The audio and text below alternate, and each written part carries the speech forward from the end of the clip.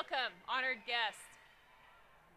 The 145th Annual Commencement of Lewis and Clark College will now come to order. Please remain standing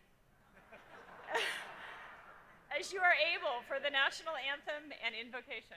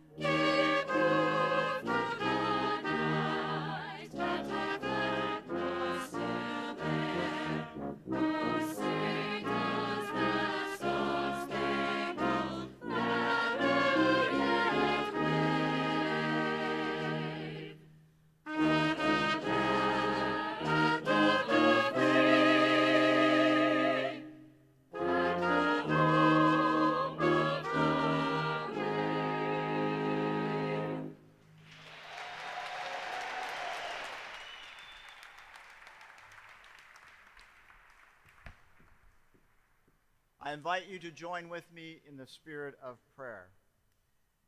Gracious God, we give thanks for this marvelous day and for this time of celebration that brings us together. As we honor Lewis and Clark graduates today, we are grateful for their achievements and for all the promising possibilities that lie ahead.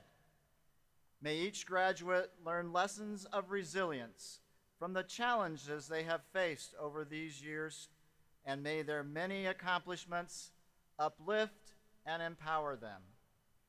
May these college years serve as a gateway into new endeavors that will inspire and fulfill each graduate. And may the road rise to meet them, and the wind be always at their back as they set out on new adventures. We give special thanks on this day for families and friends, for teachers and mentors, and for all those who have encouraged us to strive for our highest potential. As we consider with gratitude those who have filled our lives with goodness, may we in turn be ready to uplift those around us, giving of ourselves and ever ready to make a positive difference in our world. Amen. Please be seated.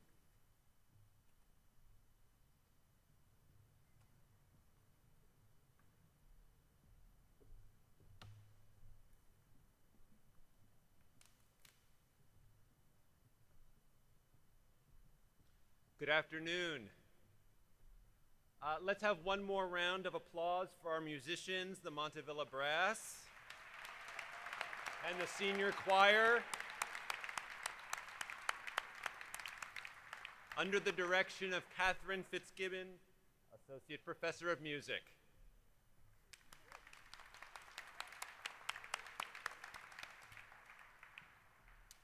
President Vival, members of the Board of Trustees, distinguished colleagues, respected staff, proud parents, family, and friends of those students graduating today, and of course, members of the class of 2018.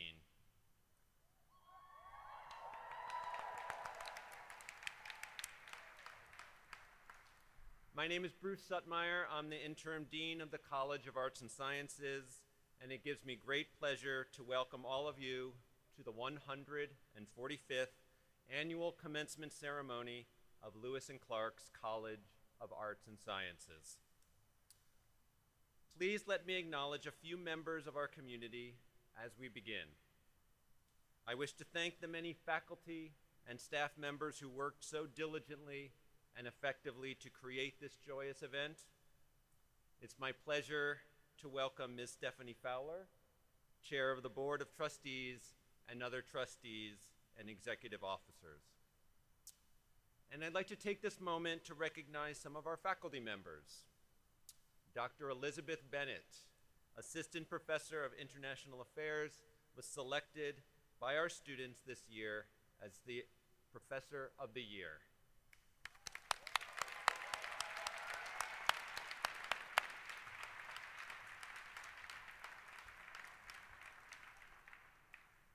Dr. Janice Lochner, the Dr. Robert B. Pamplin Jr. Professor of Science, received the David Savage Award, which is given to a faculty member whose vision and sustained service to the college have advanced the general academic and intellectual welfare of our community.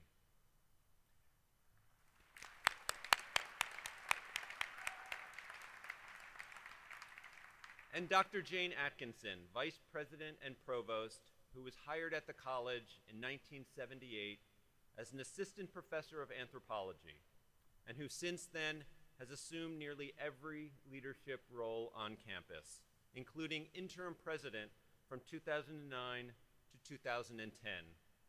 She is retiring this year after 40 years of dedicated service, of giving her heart and her soul to the college. She will be greatly missed.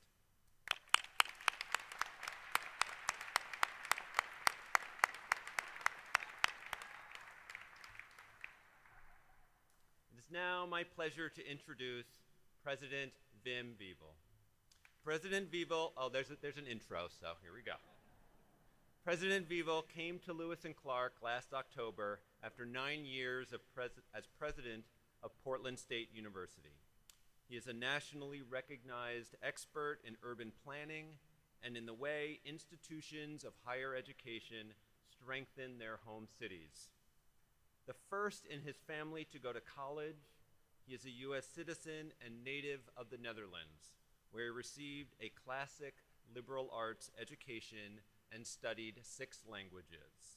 Although he acknowledges his Greek and Latin are a bit rusty, and you might need some of those for some of the degrees today, because we have some Latin words in them.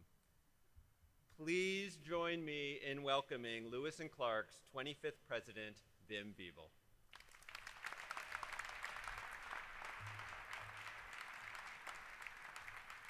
Thank you, Dean Sudmeyer, and good afternoon, everybody, and congratulations, graduates, you did it!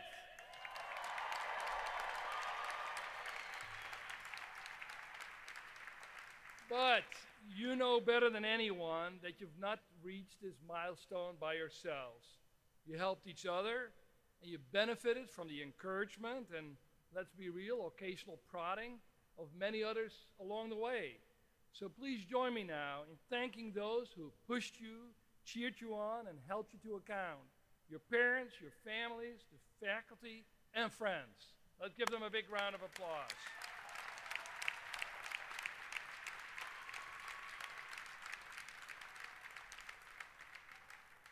Now, as Dean Sudmeyer said, I'm the first in my family to go to college, and I know I'm not the only one here. So I want you to do something. Everyone in the class of 2018, in the platform party, among the faculty, parents and family in the audience, everyone here who's a first-generation student, please stand up.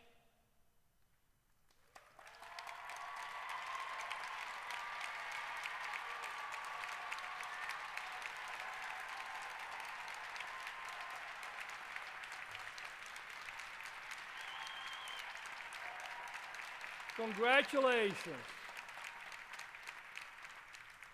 I know that none of us here take the education and experience we've had for granted.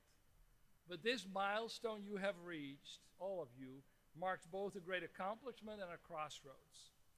You now have what it takes to succeed no matter what path you choose to explore next. Earlier this semester, I received a letter from the mother of a student who's graduating today. I won't embarrass her by giving the name. The mom wrote that at new student orientation 4 years ago, her daughter was very unsure of this new environment, as no doubt many of you were. Then she met with her advisor, Professor Paul Allen, and he suggested that she major in math. The mother goes on to write, quote, 4 years later, she has not only transformed as a mathematician, but as a person. Being a woman in STEM has become a cornerstone of her identity, and she lights up when discussing the necessity of getting more women involved in these fields. Paul, Ira, and the entire math department, Ivy, and the entire math department at Lewis and Clark have given her an incredible learning environment that is both supportive and rigorous. She has been able to feed off their passion in math, and through their encouragement, has been able to find wells of it herself. I now truly feel that the confidence with which my daughter walks through the world doesn't have a prize. I really can't say anything that will top that. But here's what I want you graduates to know. The close relationships that hopefully all of you have developed with your professors and mentors create lifetime benefits. I've heard this expressed by alumni time and time again since I arrived here last October. In fact, I've heard about that relationship between faculty and students more in my 8 months at Lewis and Clark than in my almost 40 years at large public universities.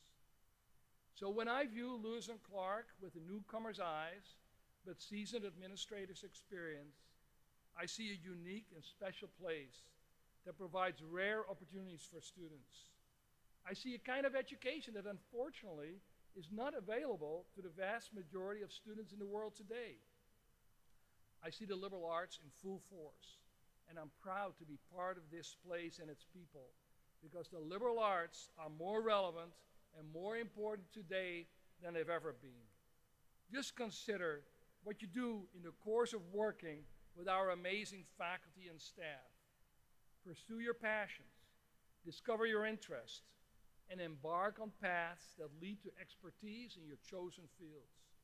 You've learned to think critically, to be dedicated to sustainability, diversity, global understanding. What could be more important, more necessary at this time of enormous global and national challenges, at a time when a renewed spirit of activism is surging at colleges and in places all around the United States and the world? Your activism sparks our thinking and awakens us not only to problems, but also to new opportunities. An example, a small one at this February meeting. The Board of Trustees voted unanimously to divest from fossil fuel holdings in its endowment. This action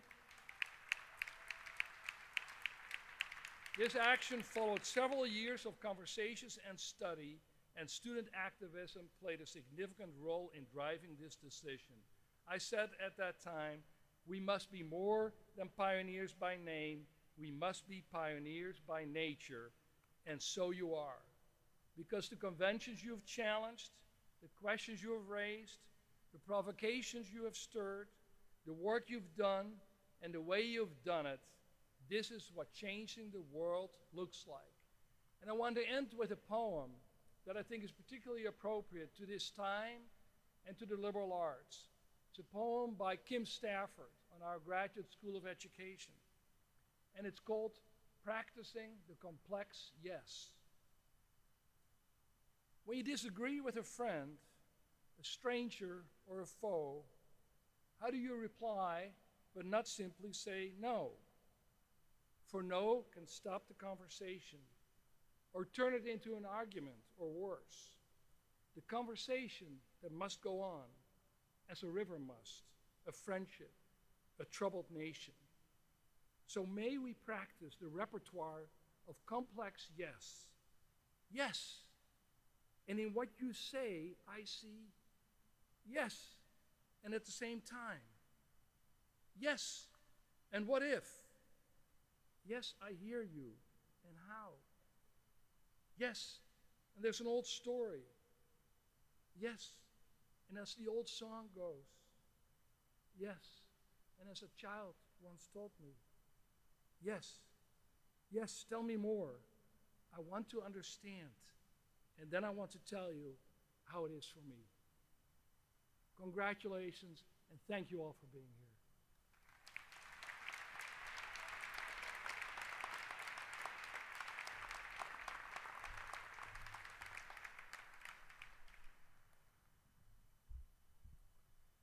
It is my great privilege and pleasure to introduce our commencement speaker, Maria Hinojosa. Before I do so, I would like to thank the members of the Commencement Speaker Selection Committee who, more than a year ago, began the process of identifying and securing this year's commencement speaker. The selection of a commencement speaker is no easy task, for it is not enough that the honored recipient be a gifted speaker. He or she also must embody the highest ideals of the college. I can think of no one who better upholds Lewis and Clark's ideals of fearless exploration, lifelong learning, and selfless public service than Maria Hinojosa. We are honored to have her here with us today, and I'm deeply honored to introduce her to you. Maria Hinojosa is an award-winning news anchor and reporter who covers America's untold stories and highlights today's critical issues. In 2010, she created the Futuro Media Group, an independent nonprofit organization producing multimedia journalism that gives a critical voice to the diversity of the American experience. As the anchor and executive producer of the Peabody Award-winning show Latino USA, which is distributed by NPR, and anchor and executive producer of the PBS show America by the Numbers with Maria Hinojosa, she has informed millions about the changing cultural and political landscape. In 2016, Hinojosa became the host of In the Thick, Futuro Media's new political podcast, and Humanizing America, the company's digital video series that deconstructs stereotypes. Her nearly 30-year history as an award-winning journalist includes reporting for PBS, CBS, WNBC, CNN, NPR, Frontline, and CBS Radio, and anchoring the Emmy Award-winning talk show Maria Hinojosa One-on-One. Hinojosa is also a new contributor to the long-running award-winning news program CBS Sunday Morning and is a frequent contributor on MSNBC. Please join me in welcoming our honored guest, Maria Hinojosa.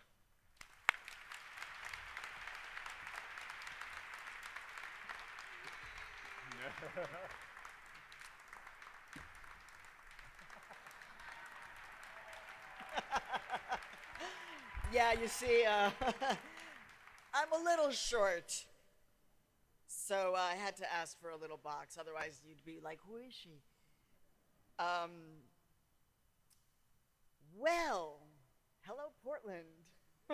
It's great to be back in Portland, and I want to say good afternoon to the president, the board of trustees, the faculty, staff, to the family members, and orale, you guys, you did it, graduates! Eso! Bravo! All right. So, you did it. That's amazing. You need to exhale. We're going to be doing a little bit of that during this speech, just letting you know. And I also got to tell you that you got to get ready for your next challenge. I know. It's one of the first things I tell my students is you think that there's a place where you get to where it's nirvana, and you're like, yes, I just graduated from college, it's nirvana. Nope. And it just doesn't really ever happen unless we find it in these beautiful moments of our lives, right? And we capture those moments. And this is one of them, so capture it. But the truth is you did hear that I have a long history in journalism, but I'm a Mexican immigrant. I was born in Mexico City, proud Chilanga. So I have 16 jobs, and one of the 16 is in fact being a professor at DePaul University in Chicago, even though I live in New York. It gets really interesting. So the other day in my class, I took a break to praise my students. So the majority of my students in my classes this quarter are first generation, majority Latinx. Okay, so parents, you're like, what did she just say? Okay, listen up. So you're going to be really smart when you leave here, on top of everything else, paying for your kids' college and such. But, so whenever you hear people talking about Latinos or Latinas, you got that, right? And now you're going to hear people talking about Latinx, and you're going to be, what did she just say? So that's like a gender-free term for Latinos and Latinas. Latinx, parents, you just got educated, students, you knew that. So anyway, so my majority Latinx class, mostly women, they're immigrants or children of immigrants, working class. And so I took a commercial break in class to just celebrate them and all of their challenges. Because the truth is, I know a lot of people and a lot of institutions today that are disrespecting several parts of the identities of these students. This disrespect coming from some of the highest places of authority in our country. So yeah, I took time out of class to just praise them, like a commercial break to celebrate their badasseriness. New word, parents, but we're gonna move on. Because, you know, the thing is that they need it. You know, we really all need, by the way, your guy, what do we all need? We actually all need powerful Latinas because they are the most powerful consumers in the United States of America, in case you didn't know. So if you want to buy anything or sell anything, talk to Latinas. We are the most powerful consumers because we, even beyond white women and African American women, Latinas decide what we eat, what we buy, what we watch, what we read. So we are powerful consumers. And yeah, right? And also, hold up, there's more. I mean, I'm assuming that some of you knew this, you know, that Latinos, Latinas and Latinas, Latinx college enrollment has now surpassed African Americans and Anglo students at the rate in which we are going to college. So I know that you're probably thinking, wait, don't we often talk about Latinx dropout? Well, actually, no, we're going to college. And I want to tell you that this is also a tiny commercial break for all of those first-generation college students that the president mentioned, and for all of the children of immigrants and for immigrants themselves, those like me who were not born in this country, but who know that this is our country.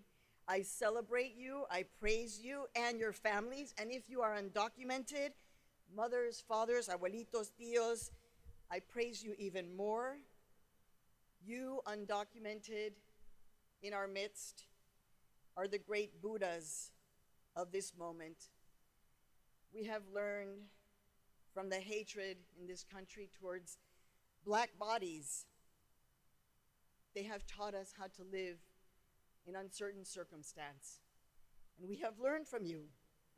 So, those undocumented who live unsure in this precise moment and yet show up every single day with joy, they are showing us how to be the kings and queens of never giving up. Now, thank you, right? It's for them. It's not for me, it's for them. It's for them. So, you know, dear students, you know what I'm talking about when we're talking about demographic change in this country, right? And I know that you, as from your generation, the millennials, you're approaching this demographic moment in our country by doing what millennials do. You're critically dissecting it from every possible angle, ripping it down, tearing it up, putting it back together. But you know what I love about your generation is that you're incredibly open. You're incredibly open. And I know that your interpretation of demographic change is not one that approaches this with fear. And the reason why I created my own company and do shows like Latino USA and In the Thick is because we want to be able to take control of the narrative and tell the story from our perspective. And it turns out when I formed my company 8 years ago, I was a journalist who decided to create my own company. It was really scary, and I had no idea that I would turn out actually being the only Latina in the United States of America that runs a nonprofit independent media company in the country today. So, Not for me, right? This is all about giving it back to you guys, right? And part of what I'm trying to say is that I'm going to take another commercial break now to say to all of the graduates today that we have got to learn how to practice self-love. Okay, TBH. Thank you, I love that. Okay, hold on. So TBH, parents are like, what? Okay, to be honest. So when people spoke to me about self-love, I had no idea what they were talking about. I was like, I'm so dense. I'm like, wait, self-love? Yo, I have like too big of an ego. So I really don't need self-love. I wasn't getting it. I actually had to learn the hard way. There were some real challenging moments, and I could have lost very dear things to me. But I learned what self-love looks like. And by the way, I am a Mexican-born immigrant woman journalist, so I'm just a few things that this White House doesn't like. So yeah, so self-love has actually had to really save my life, because if I don't believe in myself, ¿quién más? So I began to meditate, to take control of my thoughts, to try to center myself on gratitude, and not on, oh my God, my hair looks terrible today, and the traffic is bad, and the weather, blah, but instead looking for joy everywhere. Like, oh my God, it's a lake. Oh my God, it's a bird. Just flew by me. Oh, I just saw a goat on my Instagram. So I'm thankful for every single breath, like this one.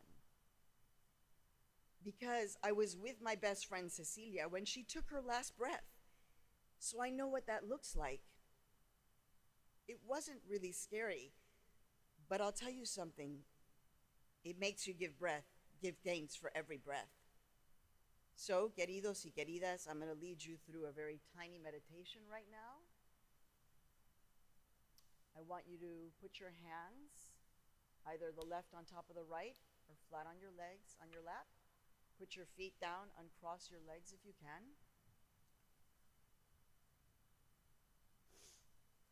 And we're just going to take a couple of breaths to revel in this joy that I'm seeing everywhere, all of these colors. So we're going to breathe in, and we're going to breathe out. And we're going to breathe in together. And we're going to breathe out. And we're going to focus on the joy of being in this moment together. And that's a way of practicing self-love. Okay, the opposite of that part of my self-love is boxing, which is what I do as often as possible because it really helps to punch things out. I also chant a lot when I'm walking through the airport with my earbuds on full. And I talk to myself. I tell myself, no, I got this. Because you know this, you guys. You've got to convince yourselves. You've got to convince yourselves. And for the young women out there in particular, you know, there's a couple of things that helped form my American psyche as a Latina growing up on the south side of Chicago during the civil rights era that formed me, but also the women's movement, women's power. But the other side of that story is we know that among young American women, anxiety and depression is at an all-time high with epidemic rates. So another reason to meditate, queridas, whether you're walking, you know, you can meditate anytime, guys, okay? You don't actually have to close your eyes. You can do it when you're walking, when you're, maybe not talking, but walking, running, sitting.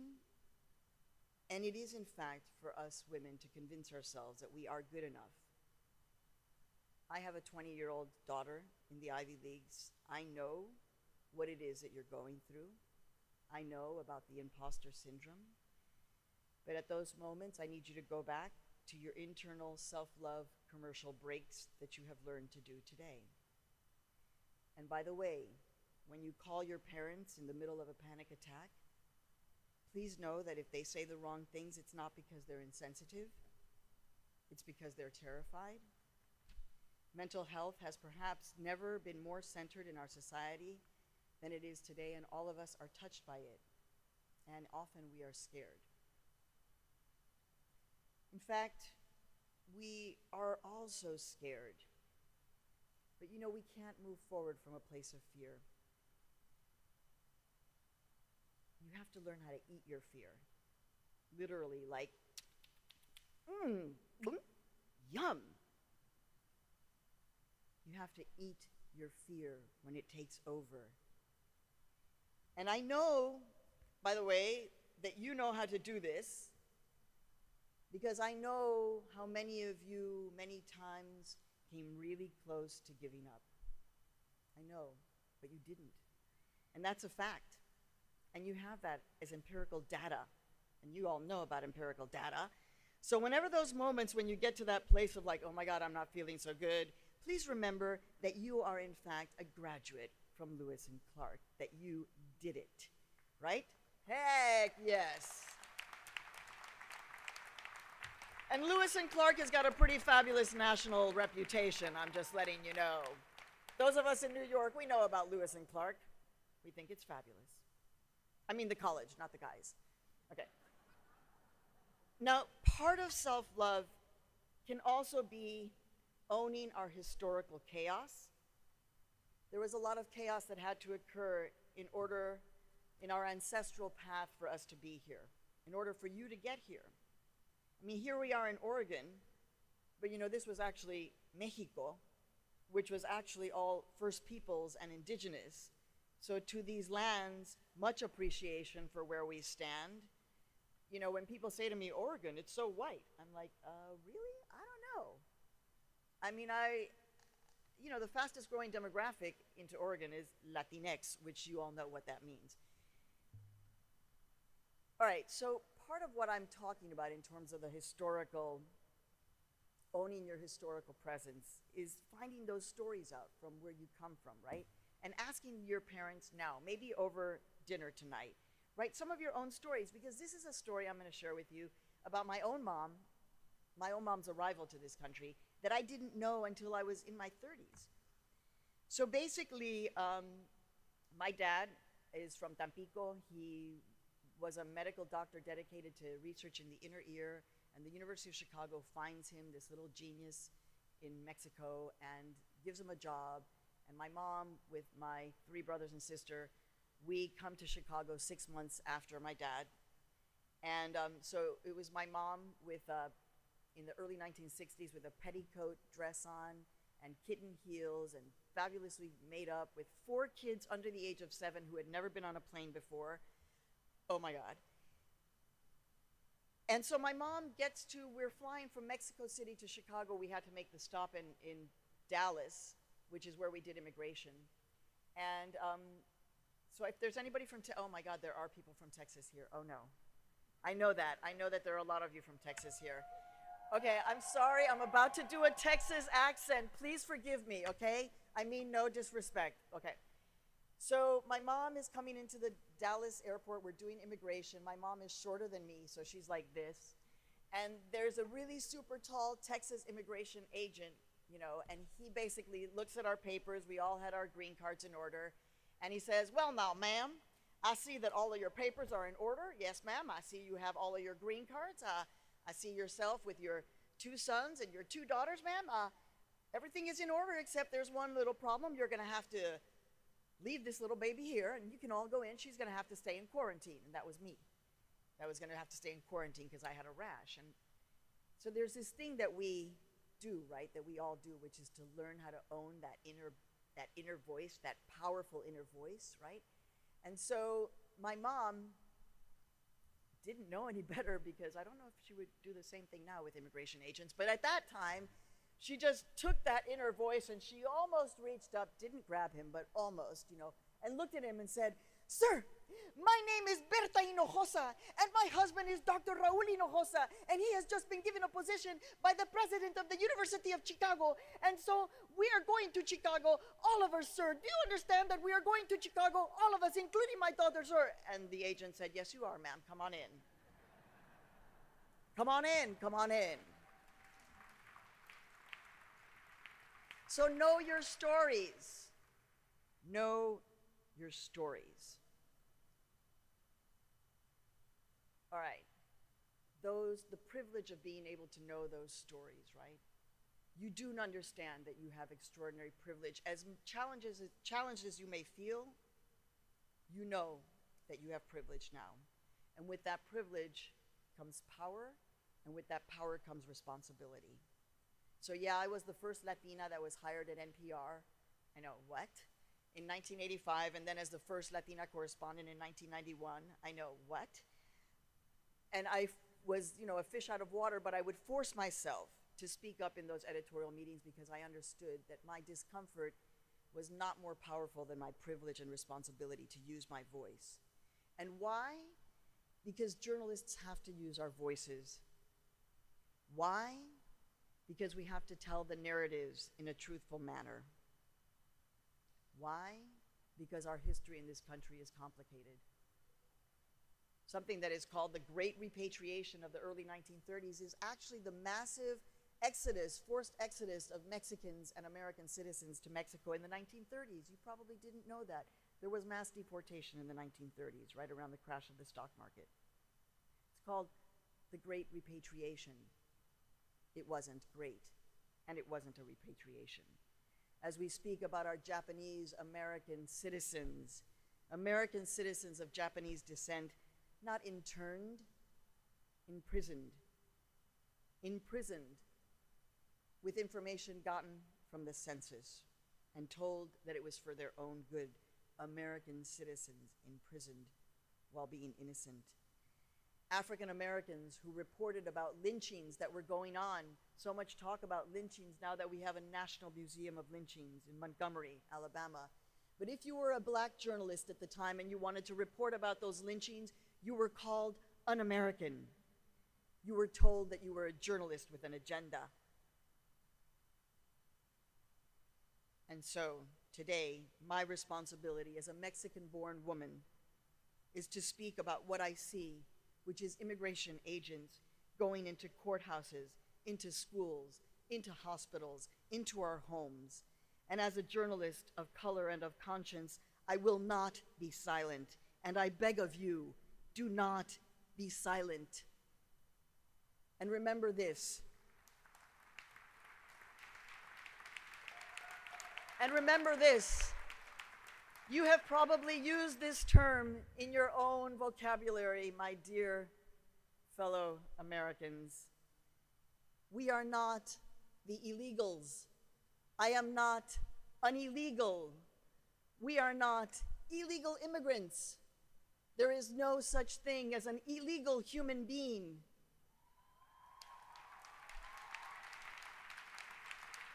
And guess what? I didn't learn that from my radical Latina studies professor back at Barnard College in the 1980s, all right? I learned that from Elie Wiesel, who survived the Holocaust. He was the one who taught me there is no such thing as an illegal human being, he told me. He said that was the first thing the Nazis did, was to declare the Jews as an illegal people. So open your eyes. Do not be silent. Do not use that term. We are not illegal.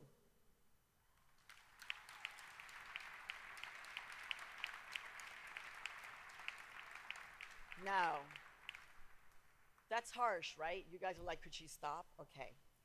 So part of what I also want to tell you, queridos y queridas, is to read the signs, right? Read the signs. You are here because of ancestral power that got you here. And I know so many of you, I see so many of you, Native Hawaiians and Indigenous and African Americans. I'm so proud of you being here. And here for me, being back in Oregon, I don't know, Oregon just kind of I was here over the fall, I'm back again. I fell in love. in the Eugene Raptor Center where I was looking at like owls and eagles, right? Oh my God, I love that Raptor Center. I'm just like, I want to hang out with all those birds. Okay, so I was like, why am I being called back to Oregon? Why is Maria Hinojosa being called back to Oregon? Because you got to open your eyes to the signs. Because remember that I told you about my best friend Cecilia, whose hand I was holding when she took her last breath? Well, her daughter's best friend is Andrea Smith, and she's graduating today. So Cecilia put me right here for you, Andrea. Congratulations. See the signs that they are sending us. See the signs that your ancestors are sending you. And open yourself up to the signs. Self-love, get out of your comfort zone, give in to the discomfort, eat your fear, use your privilege, do not be silent. And finally, one quick last story to make you laugh and smile. So, okay, I don't know if there's anybody from South Carolina, but I'm about to do a South Carolina accent. Please forgive me. So during 9/11, it was really terrible, and I was in New York at CNN, and I covered an undocumented woman who had lost her husband, Antonio Melendez. Her name is Julia Hernandez. And we went to cover the story for CNN of the losing of her husband and father of her 4 kids. We put that story on CNN, and in December of 2001, so a few months after 9/11, I get a phone call at my office, and on the other line, there's a guy who says, "Hi, my name is A.J. Dinkins. Is this Maria Hinojosa?" And I was like, Hinojosa, yeah. He was like, "No, listen, Miss Hinojosa. Anyway, my name is A.J. Dinkins. I'm originally from South Carolina, and myself and my husband, Rudy, the farmer, we have raised several $1,000s for Miss Julia Hernandez and her 4 children. And we'd like to bring these gifts. I'd like to bring these gifts to give them to her, but I have never been to New York. I have never been to the Bronx where she lives. Would you please meet me at the airport to take me to the Bronx?" And I said, "AJ, I'll meet you at the airport with a camera crew to do the story about the day that the gay hairdresser from Maine came to give a gift to the undocumented Mexican immigrants who lost their dad on 9/11. So I get AJ from the airport. He's a hairdresser. It was Christmas. He had dyed his hair red. And I take him to the Bronx, and I didn't know what to expect. I mean, AJ had never met any Mexicans. There were no Mexicans in 2001 in Maine. They're there now, but and Julia had never met a white gay man that she hadn't worked for. So I really didn't know what to expect. But you know, it turned out to be a love fest.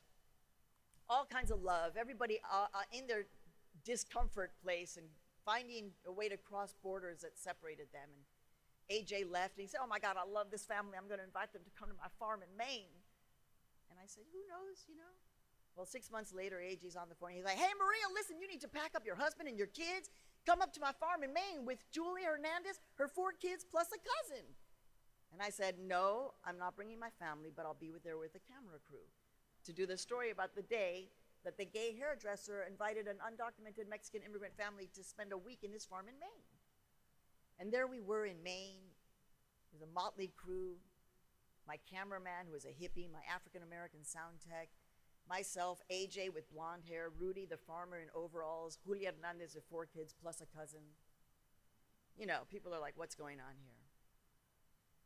And the only reason why we did all of that was to be able to look into those eyes of those children and have them feel a little bit of hope, right, for the 1-year anniversary of their father's death. And so when you think that there's nothing you can do, be like AJ and invite a stranger into your home, or be like Julia and accept the invitation. Congratulations. I'm so proud of all of you. Muchas gracias. Thank you. Congratulations. Thank you. Thank you.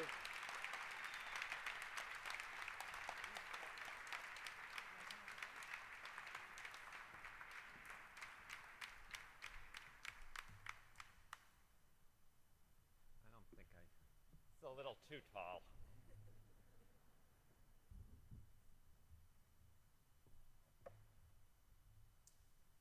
President Vivo, it gives me great pleasure to present Maria Hinojosa for the awarding of the degree Doctor of Humane Letters, honoris causa.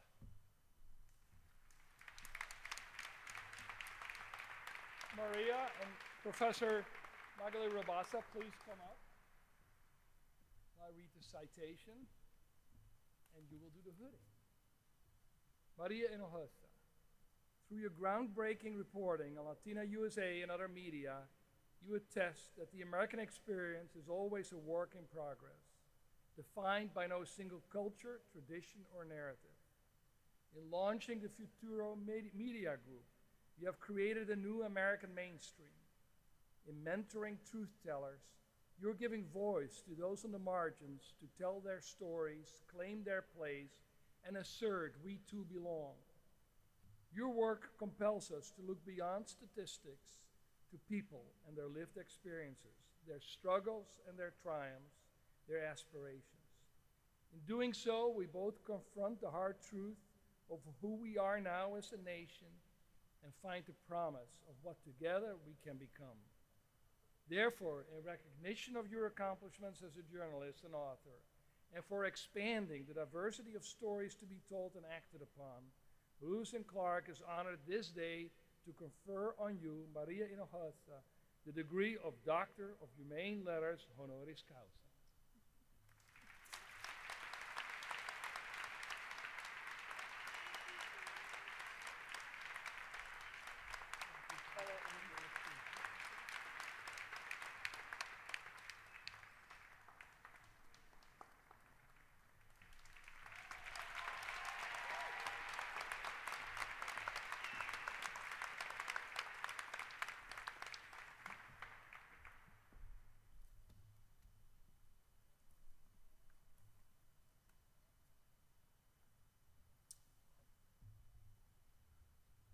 On March 12th of this year, a senior speaker selection committee consisting of faculty, staff, and students heard speeches from 7 seniors, each vying to be selected to represent the class of 2018 here today.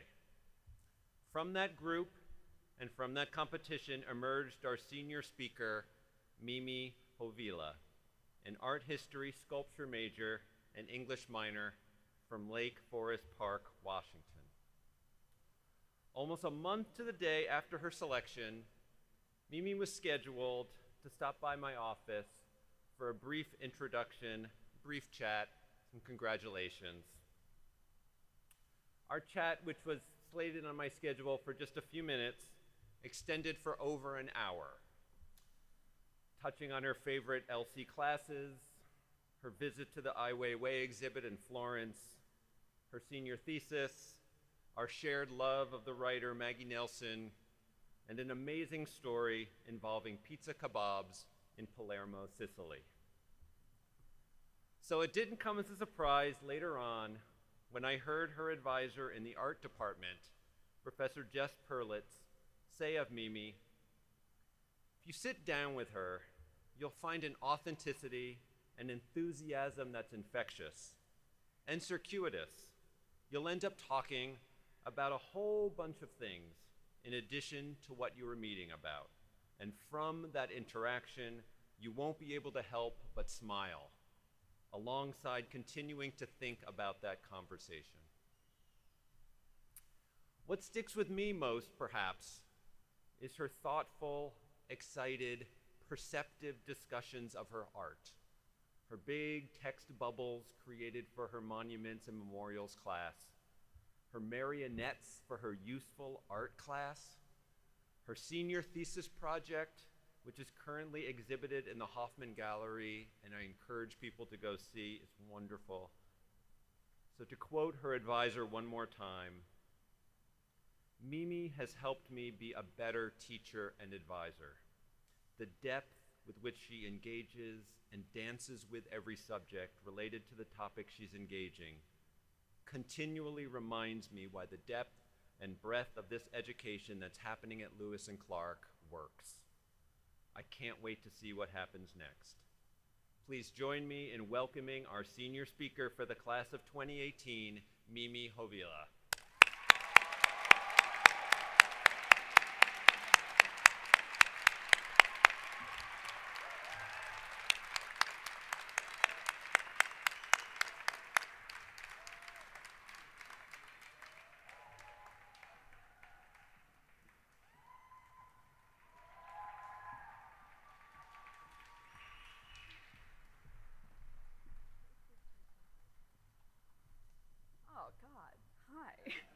Man, I did not expect that intro to happen.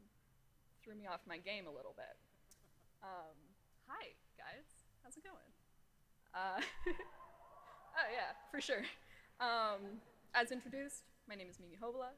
I am an art major with an English minor, and I'd like to give a little shout out to my parents for supporting me in that objectively ill-advised decision. Something that you might not know about art majors is that I'm now obligated to hand make every Christmas present for the rest of my life. It still seems like a decent trade-off. Plus, if I'm strapped for time, my art is now backed by a legitimate degree and therefore valuable. This includes performance art. Merry Christmas, Mom. I hope you enjoy this conceptual exploration of mind-body dualism. Aren't you glad I've received such a thorough education? Oh my God, so here we are, senior class. We actually did it. 16th grade. If that seems surreal, it is the sleep deprivation. This is the part where I look at your lovely faces though, so just stay with me for a second. Some of you I recognize from NSO, some of you from, years or months or weeks ago. Some of you only by very unique haircut or pair of Doc Martens.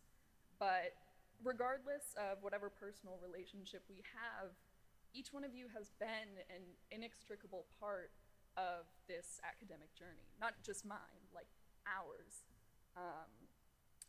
Each person has affected every other one here, and I think that's amazing. The learning that we've done in these last 2, 3, 4 years exists as a collaborative legacy, upheld and contributed to by all of us. The sum total work in this room is enormous, not only in the thousands of pages of thesis and capstone papers or cumulative hours spent in Watsick or the lab or the gym, not the gym for me, but the experiences we gathered in between, going to a co-op show or getting lost in Copeland or hurrying to get all-nighter fuel from Maggie's before it closes. This work becomes cultural consciousness. We have a shared language. And while each of us can hang our diploma on our own walls, we can't separate ourselves from this larger group within which we're situated. Now, colleges love platitudes, and we're always told that you get out of a community what you put into it. I hate to argue semantics, but arguing semantics is actually a good part of how most of us got our degrees. So I don't think that you get back any of what you put in at all. Your investments in our collaborative legacy don't come back to you equivocally. They come back to you in completely new ways. Sometimes it's in the casual insight of a classmate that radically shifts your perspective. Sometimes it's the company of a friend when you just don't want to be alone. Sometimes it's a critique that forces you to recalibrate. Regardless of their form, they're gifts because they can't be found by you on your own. They're the gifts that you receive when you commit yourself to a community. That's not to say that collaboration discounts any individual effort, of course. As we know, undergrad is rarely easy. In fact, you're lucky when it's only challenging or some other tactful adjectives like intense or expecting a high standard. It sounds nicer. The reality is, I have openly sobbed, alone, in the middle of the bone before. It's okay, I'm owning it. I've actually had more than one bone cry. I've also had some in Miller and Howard, Watsick, Bodine, Fields. I could go on a crying tour around campus. It's okay. I'm an easy crier. The real point is, no matter what, my worst ever days still got me here. Your most painful grade or difficult final or nausea-inducing presentation was still just another stair, and nobody else could climb it for you. So of course the past is only part of today's theme, and it would be conceded at best that I know how everyone feels sitting here. Also, I wrote this speech in February.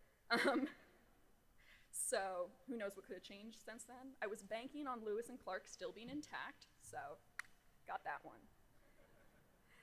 But what I can say is that for most of us, we're emerging into an uncertain world, one that's going to demand a lot more than we anticipated. It's more difficult conversations, more conscious choices, more proactivity, more voting. We will be and have been reckoning with attitudes that aren't quick to change. Dismantling status quo strongholds. This is common commencement fare, but I promise I really mean it. We have a lot of work to do. And I know that at this point we're all exhausted with reading op-eds about millennial fragility, but in the spirit of my liberal arts education, I'd like to posit something. The real thing that characterizes us as a group isn't individual weakness, but it's decentralizing the self as monolith. We recognize that asking for help isn't a failure, but instead the only way we can tackle this uncertainty. Every month, when it comes to questions of future or career, honestly, I'm terrified, okay? Every month when I pay rent, I still think, this is an adult thing. Am I allowed to do this? Why isn't somebody stopping me? How can I be sure that I'm not just two children stacked in a graduation gown? But that self-doubt is okay. I don't need to pretend I know how to do everything, because having support empowers me to look at the unknown, there it is, with curiosity over fear, with intent to understand. To be my own adult, knowing that nobody can stop me from legally purchasing for recreational use in the state of Oregon dry ice. That's my legal privilege.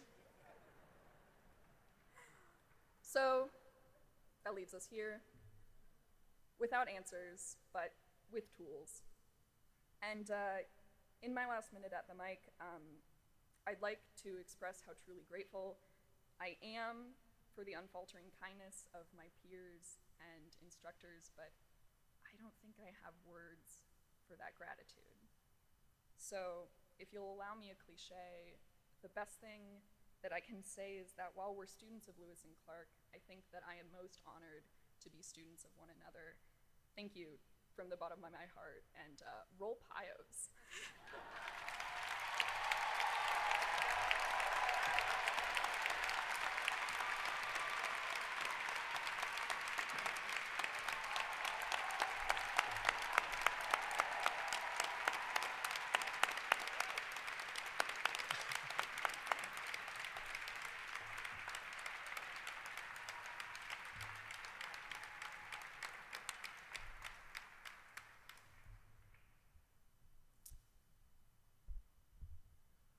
As we move to the conferral of degrees upon the class of 2018, I remind family and friends that professional photographers will be taking a photo of each graduate as they receive their diplomas and as they leave the stage.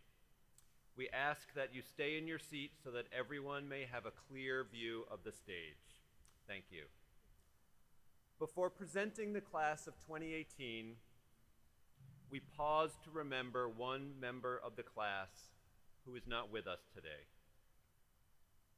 The rose on the platform and the bouquet of flowers in front of the platform are in honor of Emma Hamill, whose life was tragically cut short in an automobile accident in 2016. Emma was a German studies major, was a wonderful resident assistant, and a beloved student employee in the overseas and off-campus program office. Please join me in a moment of silence.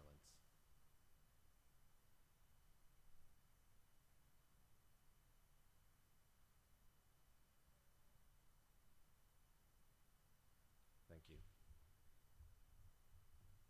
President Vival, it gives me great pleasure to present the class of 2018. We have 470 students graduating. These graduates represent almost every state in the Union. 15 come to us from other nations, including Cambodia, China, Hungary, India, Japan, Singapore, the Republic of Korea, and United Arab Emirates.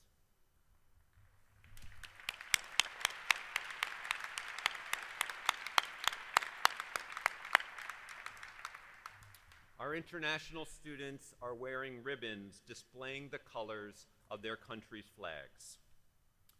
Our 22 third culture kids, who we know as TCKs, are individuals who have grown up in a country other than that of their birth or have lived in another country for a significant amount of time.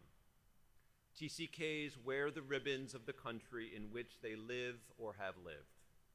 These nations include China, Ecuador, Ethiopia, Finland, France, Ireland, Israel, Italy, Mexico, Russia, Spain, Switzerland, and the United Kingdom. Just as international students come to study here, so too our students travel in large numbers to study abroad. 241 members of this graduating class have studied overseas during their college years in 23 different countries. Another group of 8 have participated in off-campus domestic programs. These groups combined represent 53% of the class of 2018.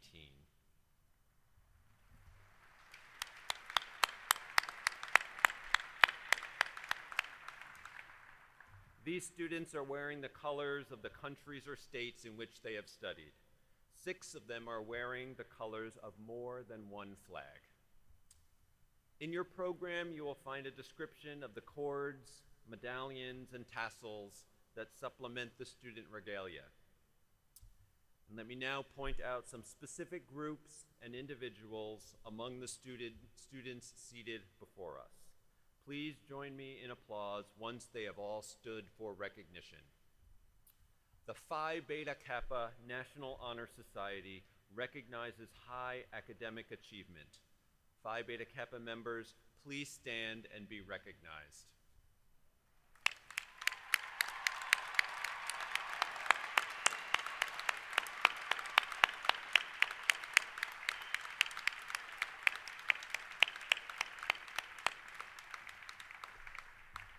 Thank you. The Pamplin Society of Fellows, endowed by distinguished alumnus and former chair of the Board of Trustees, Dr. Robert B. Pamplin, Jr., celebrates excellence in the development of body, mind, and spirit. Members of the Pamplin Society assume special responsibility for leadership through inspiration and by personal example. Please stand and be recognized.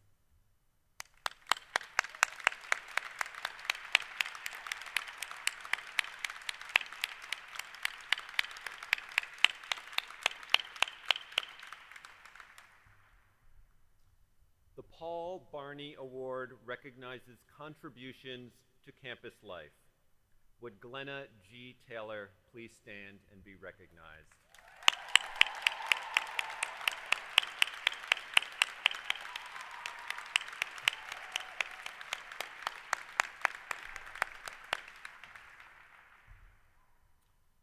The President's recognition of outstanding community service honors students serving others through community involvement.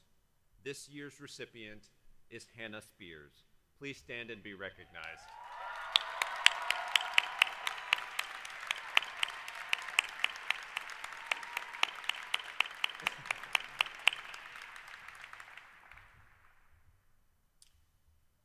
The American Association of University Women Award for Outstanding Contribution of a Senior Woman was awarded to Nina Oishi. Please stand and be recognized.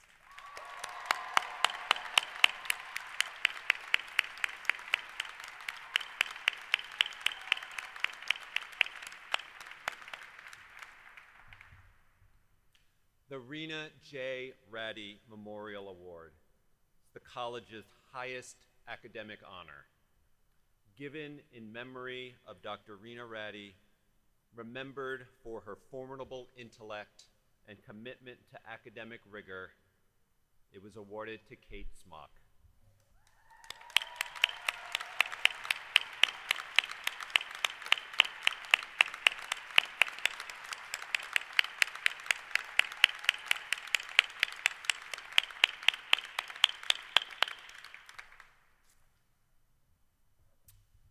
President Vival, our students embody American higher education at its best. Steeped in the traditions of the liberal arts, they have pursued social, scientific, aesthetic, and humanistic knowledge and experience, both for its own sake and for the sake of making the world a better place and themselves better people.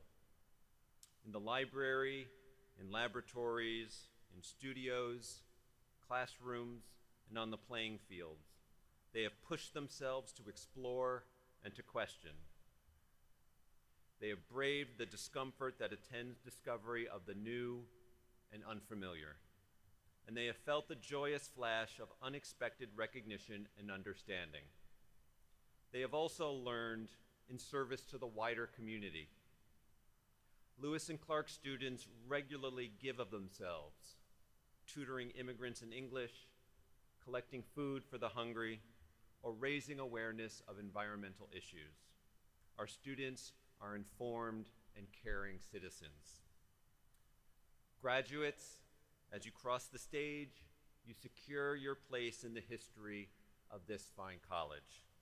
With this privilege comes the great responsibility, shared by the alumni who came before you and awaiting graduates of the future, to embody the values that center a Lewis and Clark education: exploration, learning, and service.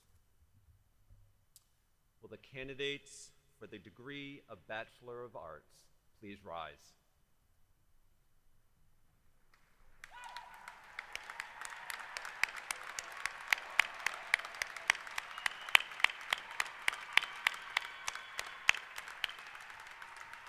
President Vival, these candidates, having completed all the requirements for the Bachelors of Arts in their respective disciplines, are presented for the conferral of their degrees.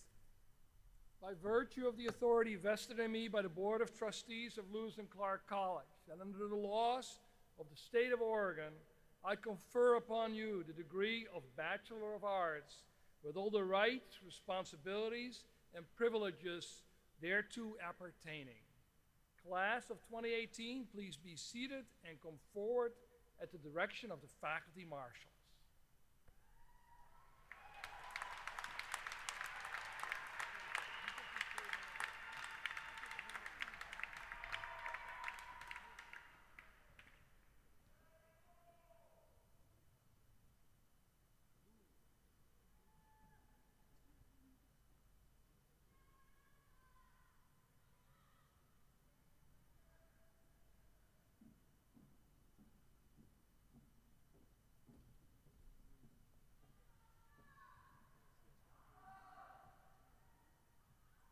Jasmine Acosta.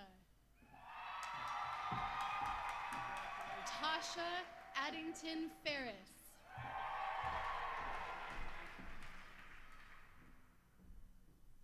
Hamdan Hamad Salem Mohammed Alameri.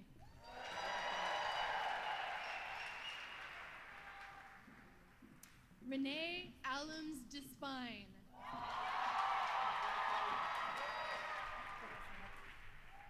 Sandra Marlene Alvarenga.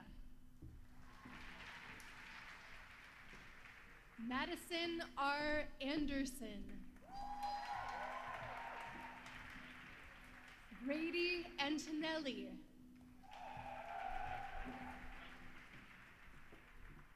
Atsatsa T. Antonio.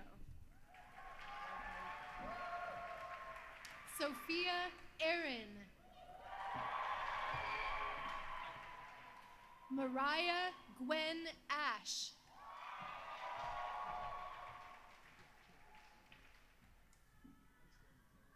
Andrew R. Baker. Annie Baker. Alec Elizabeth Ballweg. Samuel Richard Ballmer. Elijah Daniel Barnes. Marin A. Barnes. Jamie Maylin Barnett.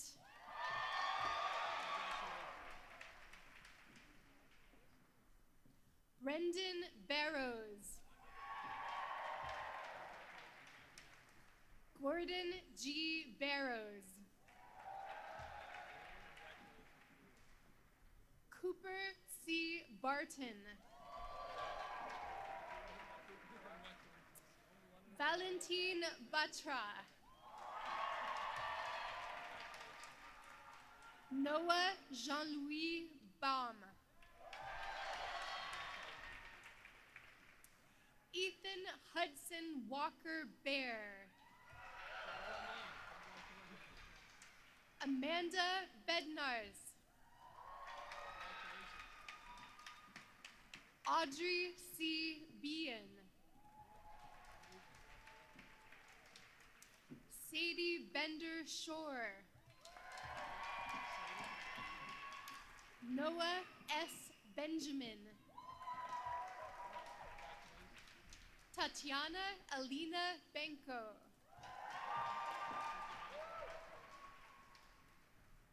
Shani Barinholtz. John Van Wee Bergamini. James M. Beveridge. Madeline Kelly Bickerstaff. Tarun E. Bishop. Delaney Charlotte Bloomquist. Jonathan L. Bodie.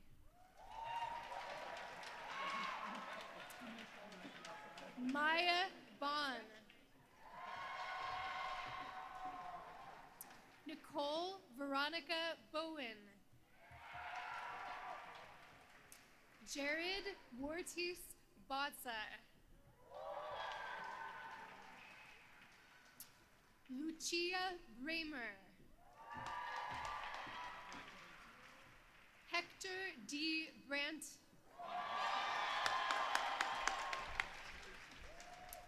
Christopher F. Breen. Emily K. Bright.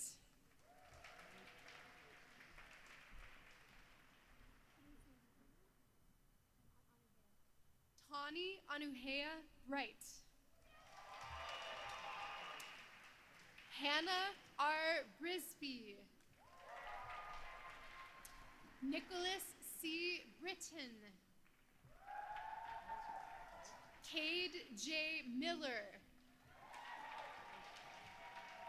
Mark McAlpine Miller.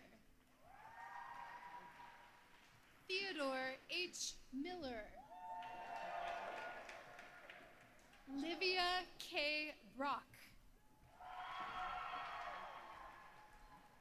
Rosa Alice Brotherton. Caitlin Margaret Brown. Paige J. Brown.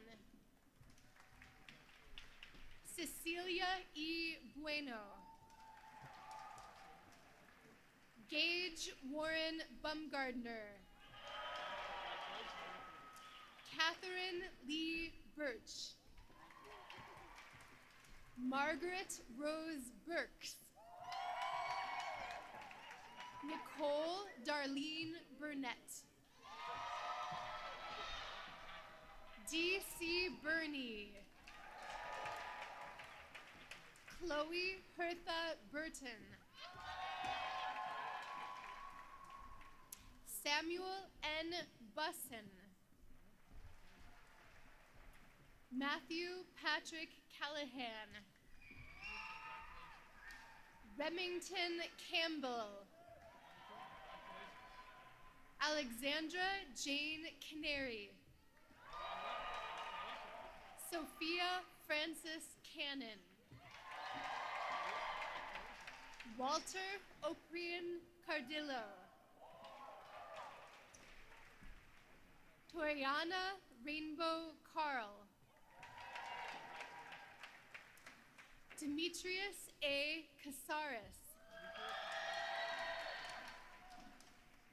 Alexandra Demetrius Castanis. Natalie D. Serda. Tiffany Chan Sinting. Caitlin Sinclair Chappelle. Nissa Ahmed Terawatham. Jacqueline Chill. Sydney A. Chisholm. Matthew Christensen. Hannah Che. Isaiah G. Claggett Singleton. Lindsay McLaren Clark. Max K. Clary. Tara Lynn Cobb. Harrison Graham Woodhouse Collins. Zoe Taylor Cook. Charlotte P. Kopp. Emily E. Cornett. Ashley Evans Cox. Rachel Melena Cox. Ephelion Day Crampton.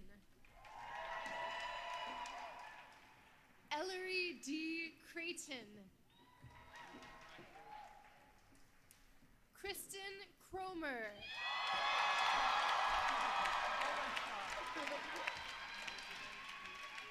Colleen Elizabeth Cummings. James B. Daly. Dahlia Anna Marina Dant. Leah F. Darnell.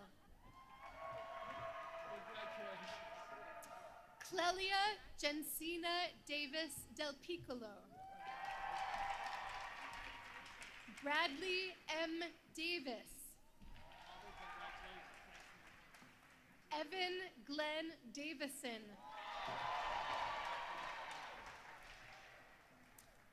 Kyrie Elizabeth Yulupa Dawson. William G. DeLee.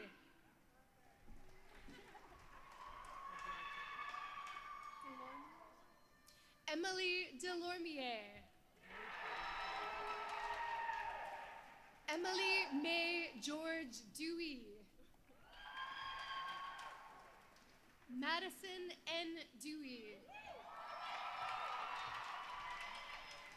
Natalie Lyon Diamond. Eric Karsten Doe. Kellen Maria Donor. Lily Claire Lindsay Donnell. Ian E. Douglas. Lily Hannah Dragon.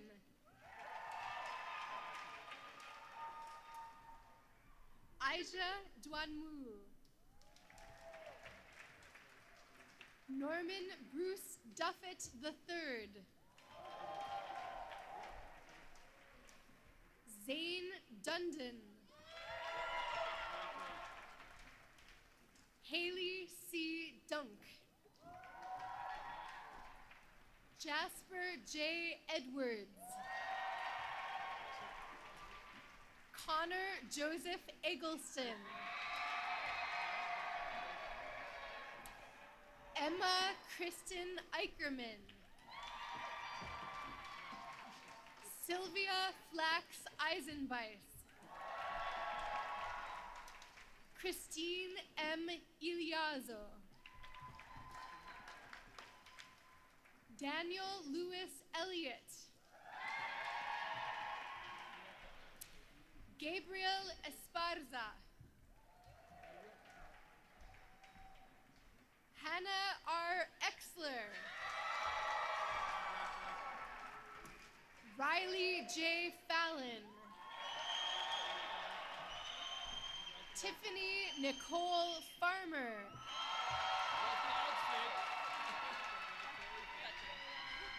Sarah Fetcher. Lonnie Pagio Felicitas. Colin S. Fenster. Graciela Ferderer. Journey Fetter.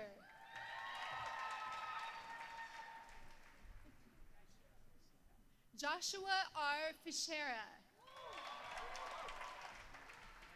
Abraham Stinson Field. Ellen Sachi Field. Niall Joseph Fitzgerald. Beja E. Floor. Sydney I. Ford. Zachary David Forster. Adrian Reed Schneider Fox.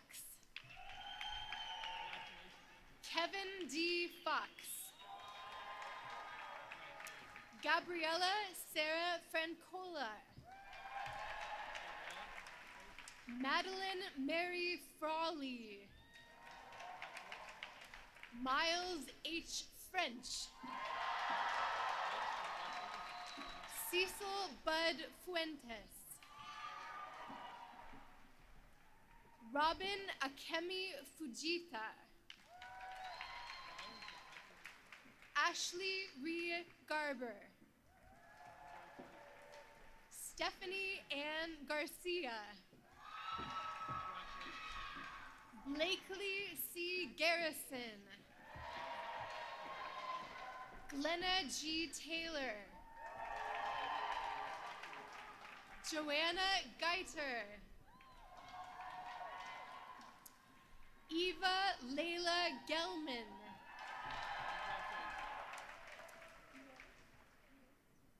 Yue Geng. Liana Stacy Gurmick. Harold B. Getz.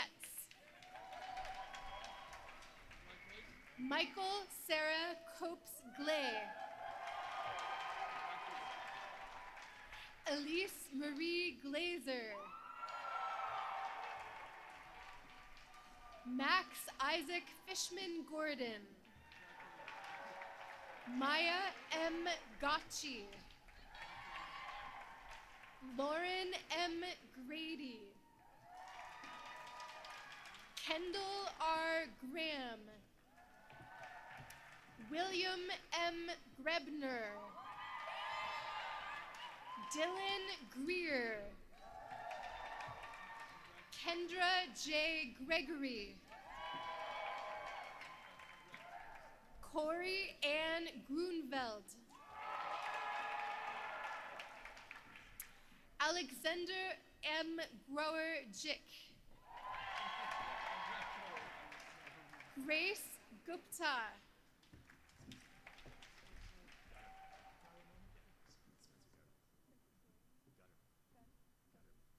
Spencer Gutterman. Jonas Hopta. Haley O. Halperin Perry. William Hart. Noah Hartnett. Seema Gabriella Hawson. Eric Darnell Hawkins II.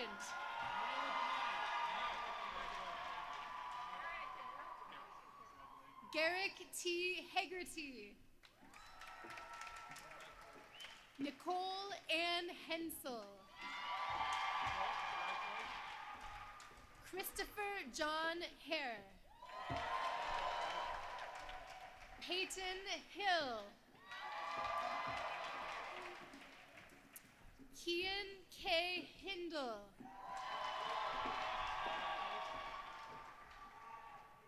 Kiara Elizabeth Holland.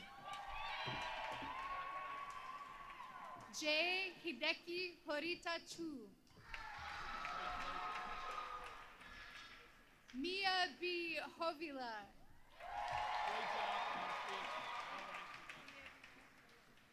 Wilder M. Huckleberry. Charlotte Mame Hurst.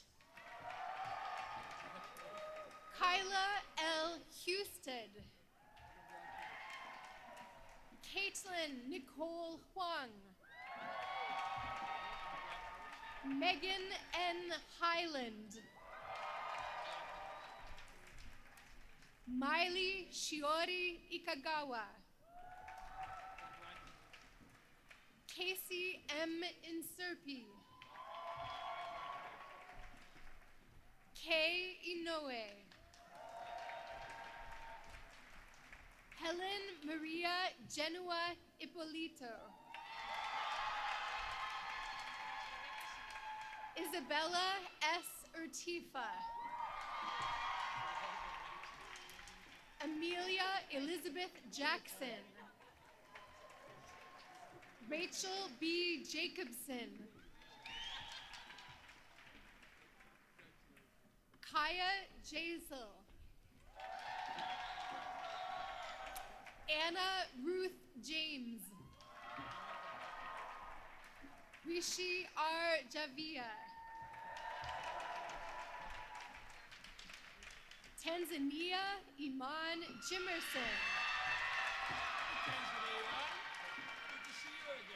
Catherine A. Johnson. Michaela Lynn Johnson.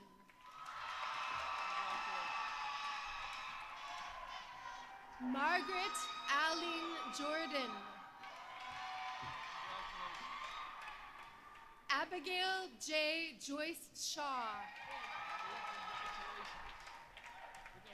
Noah Yurkevich. Asher Kallman. Dennis Kuipo Kamakana III. Zoe Marie Cambur. Benjamin Edward Cassman. Zachary S. Kavanaugh. Nathaniel Sawyer K. Katie Elizabeth Kelly. Natalie Jade Kelly.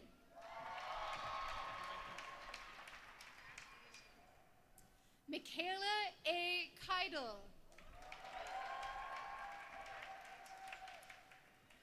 Farheya Mohammed Khair.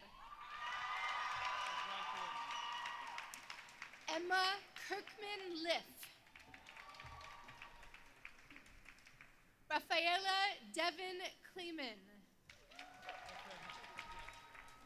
Madison E. Kleiner. Lucas Koek. Samantha M. Koenig. Kelly Maureen Copen. Benjamin J. Colleagues. Peter S. Kranitz. Nicholas John Krieg. Lauren E. Krumholtz. Elina Kudryavtseva. Alexander Ma Kwang. Avery Z. La Liberty. Madison Amelia Lambert. Kimberly Grace Lance. Haley L. Larson. Eliana Lassero. Ryan J. Levine. Jane Lee. Tyler Elijah Lebovic. Sulim Lee. Kalia May Lee Fleischman. Samia Demetra Leith. Markel Gerard Leonard. David Levkovitz. Jacob M. Lewis. Meryl Lucas Lidicote. Anna Arlene Lindberg. Noah J. Linick. Cora Catherine Link. Jacqueline Brooke Lizarraga.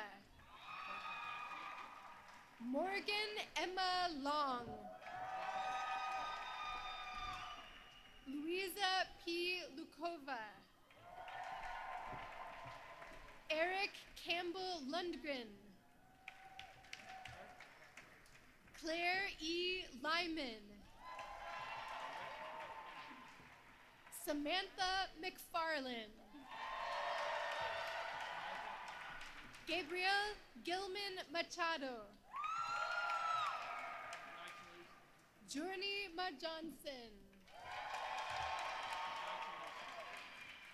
Samuel Veko Makikali.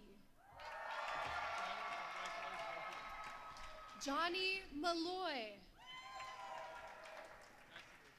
Kaya Renee Williams Mann. Noam Margalit. Ariana Noah Marshank. Hannah Lynn Martins. Audrey K. Martin. Drew M. Metlowski.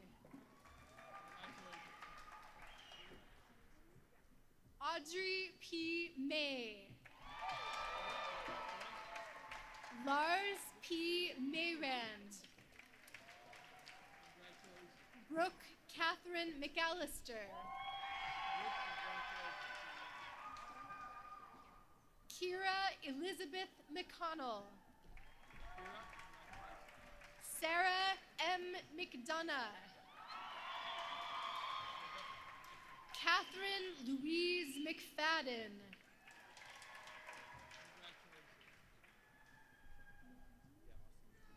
Austin McGee. Robert John McHenry. Ariane C. Melton. Austin St. Clair Merchant. Camille Ilana Mertz. Zachary R. Merzlock. Isabel Daniela Mescue.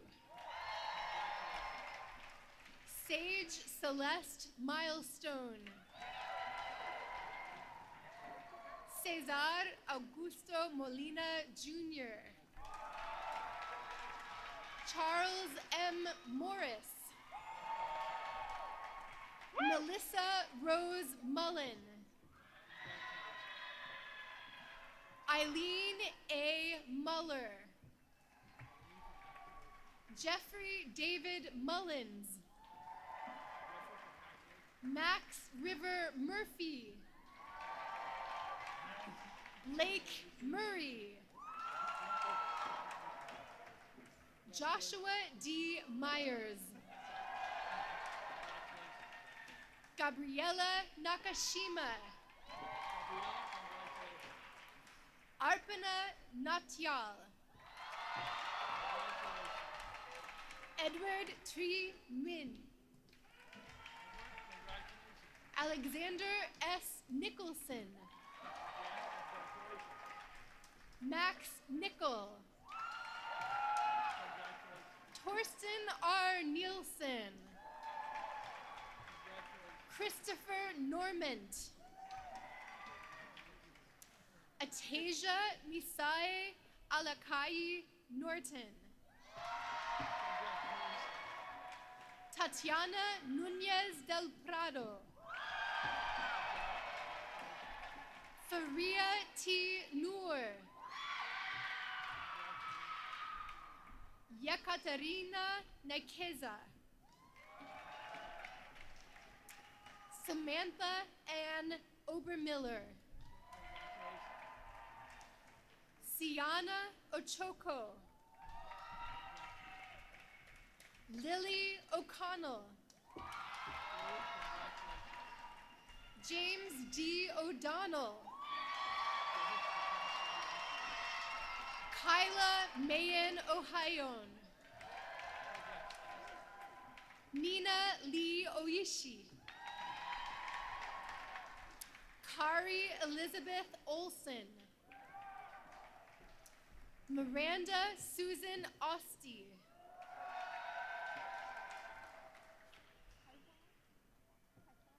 Kaihwa Uyang. William M. Owen.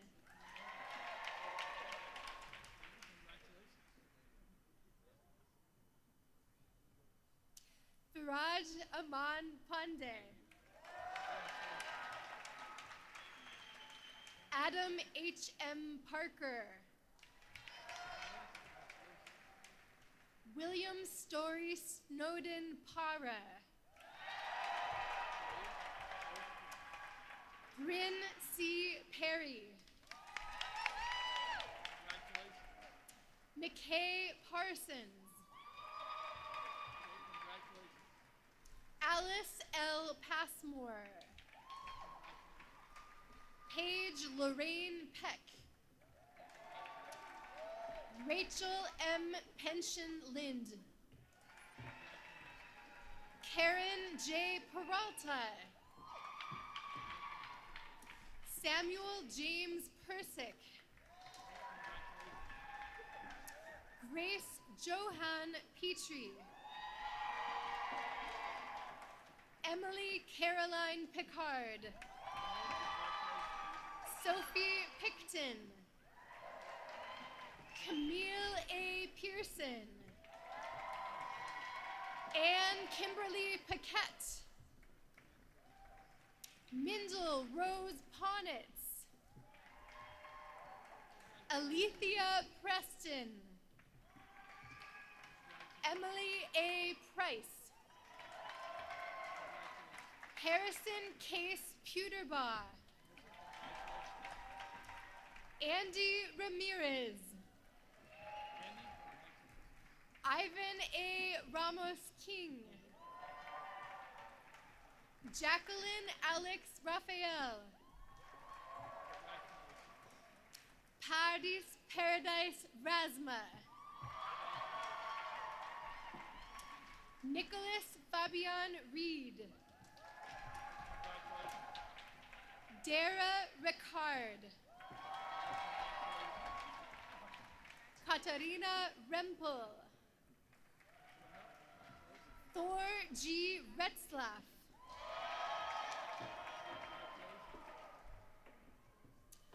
Analia Isabella Rey. Colin B. Reynolds. Teresa Montserrat Rios Martinez. LaTroy D. Robinson II. Jennifer Elizabeth Rodriguez. Zachary A. Rose. Elvira Ruan. Jody E. Rush. Peter Satoff Harshfield. Madison E. Sabo. Paige Salaya Fumiko Salavea. Sean S. Sally. Winfield Lowell Salyards. Monica Anna Salmon. Shade Allen Samuelson. Damian Sanchez. Carlos Sanchez Huizar. Ella Adriana Rebecca Santana Proper. Eric R. Sauer. Emma Kayani Savino. Justin W. Schaefer. Max Bennett Chardine. Aaron M. Schimmel. Gwyneth R. Schmidt Arenales. Zachary A. Shonrock. Carly D. Schwarzwald.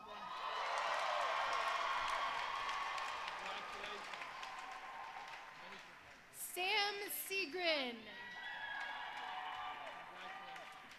Hannah Elizabeth Selwyn. Edwin A. Shakravan. Rowan Ross Shea. Sarah M. Shepard. Sean K. Shepard. Emily Catherine Shimano. Jansen M. H. Shinmoto. George Andrew Shoemaker. Aaron N. Simpson. Harry M. Simpson. Blake A. Slattengren. Andrea B. Smith. Harrison P. Smith. Catherine L. Smock. Catherine R. Soul. Samuel D. Sorsher. Hannah Renee Spears. Elisa Spector. Abigail Sarah St. Vaughn. Dylan Stacy. Acacia J. Steinberg. Carly Jump Stevenson. Samuel Kester Stites. Haley Stokus. Sterling Emerson Stoll. Rachel Kinuko Stone. Chalyang Sun. Victoria Elizabeth Sundell. Sarah F. Stout. Jonah Cole Spius. Corin N. Swanson. D. Swisher. Raphael T. Swit. Joseph Perez Teubel. Clarissa Venetia Tanner. McKenna Ray Teigland. Jackson Richard Thine. Michelle Elise Thibodeau. Chloe Tempest Thomas. Kira R. Tobin. Jacob Mitchell Tompkins. Alvaro Lorenzo Torres. Jonathan Torres.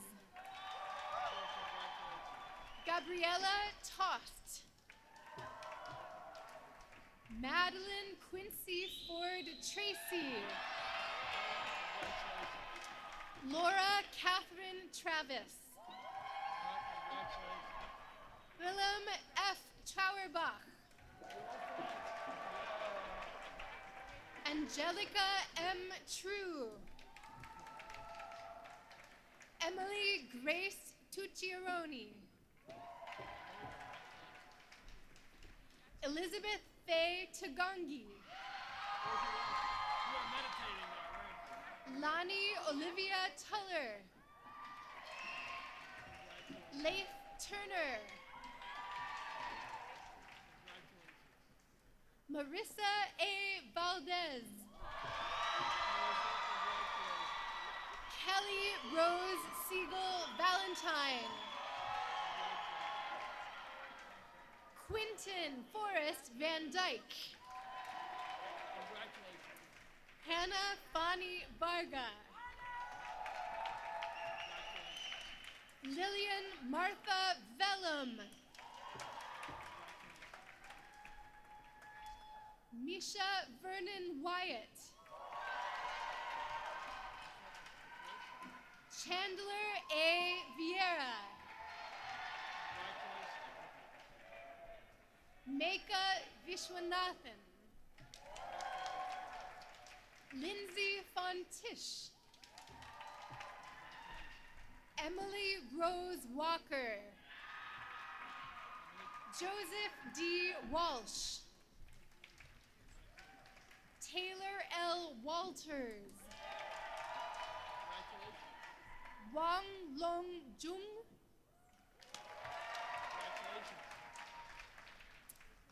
Shuishi Wang. Zoe Watson Hanson. Zoe Claire Webb. Evie H. Wyland. Abraham Mattingly Weil. Nania Li'i Welch Keli'i Ho'omalu. Zoe Margaret Wender. Zoe Hope Wexler. Charlotte Emily Wiesenthal.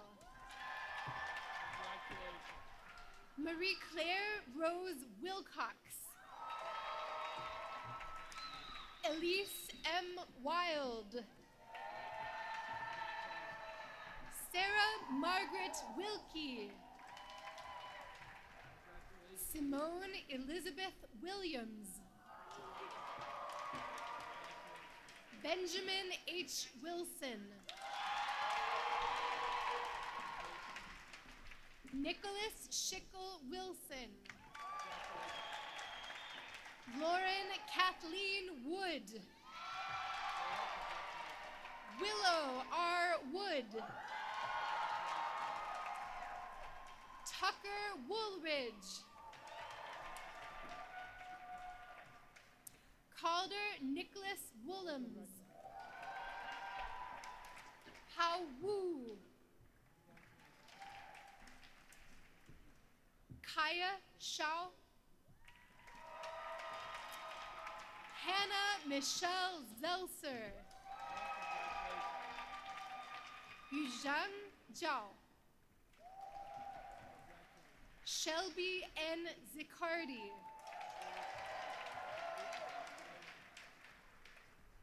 Charles Benjamin Zucker.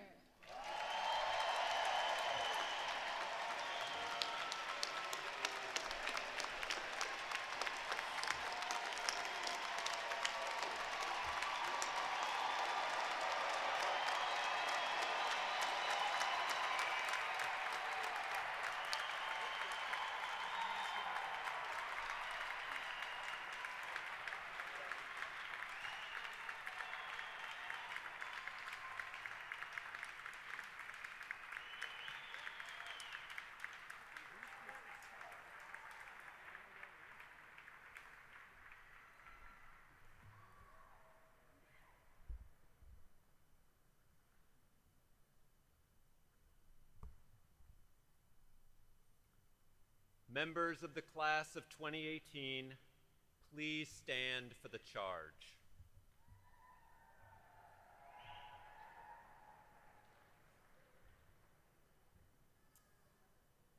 So I began this year speaking to our newest arrivals on campus, the entering first-year students.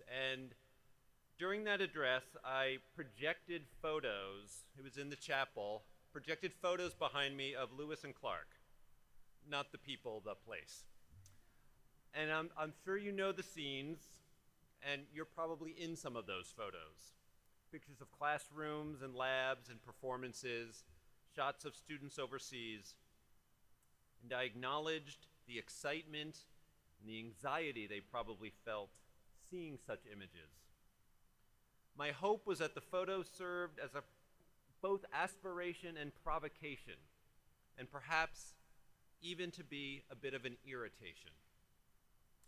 Education and the self-fashioning that accompanies it demands an active awareness and engagement. And at several points in the talk, I urged them to resist the easy idealizations offered by the photos. They would fashion their own experience at Lewis and Clark amid, but also in part against, the well-worn paths of those who came before them. But you, I have in my script soon-to-be graduates, but you're graduates.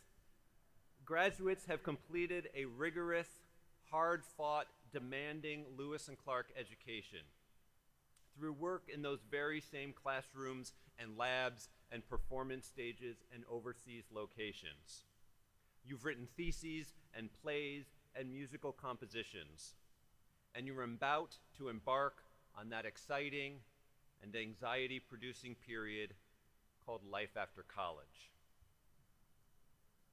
Given your liberal arts education, I will spare you the glossy images of how that life has been and will continue to be pictured and presented to you. For you are all skilled readers of texts of all kinds. You know that all reading is interpretation. You know that any transformation of experience into representation requires an unpacking that, when done humanely and wisely, increases our capacity to understand the world and contribute to it. The complex challenges of the world and the innumerable ways that that complexity gets represented to you will require all the attention and disciplined habits of mind you can bring to the task. But that's the very value of the education you've worked so hard for at Lewis and Clark. Not training you to assume a ready-made position and not slotting you into some already arranged picture of the world, but rather deepening your capacity amid all the complexity to form your positions and yourself amid that world. Members of the class of 2018, we couldn't be prouder of you and more full of hope and happiness as you leave Palatine Hill and venture out into the world. We wish you all the success and good wishes and rich experiences the world can provide. Before your loving family and friends, with your proud alma mater cheering you on, please move your tassel to the left. You are now alumni of Lewis and Clark. Congratulations.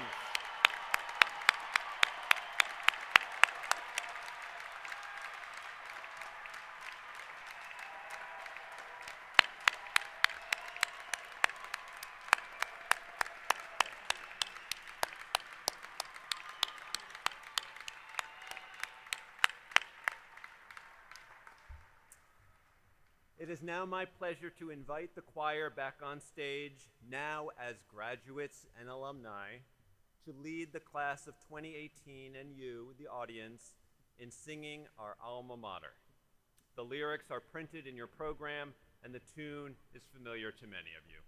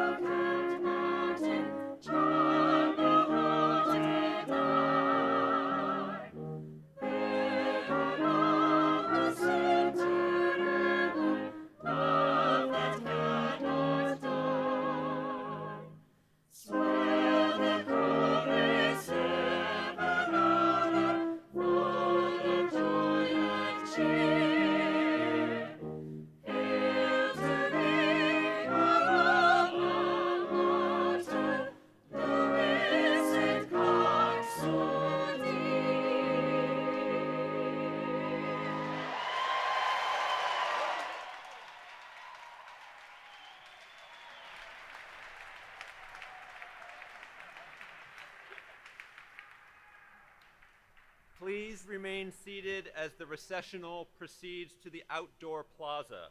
Please plan to meet your new graduates there.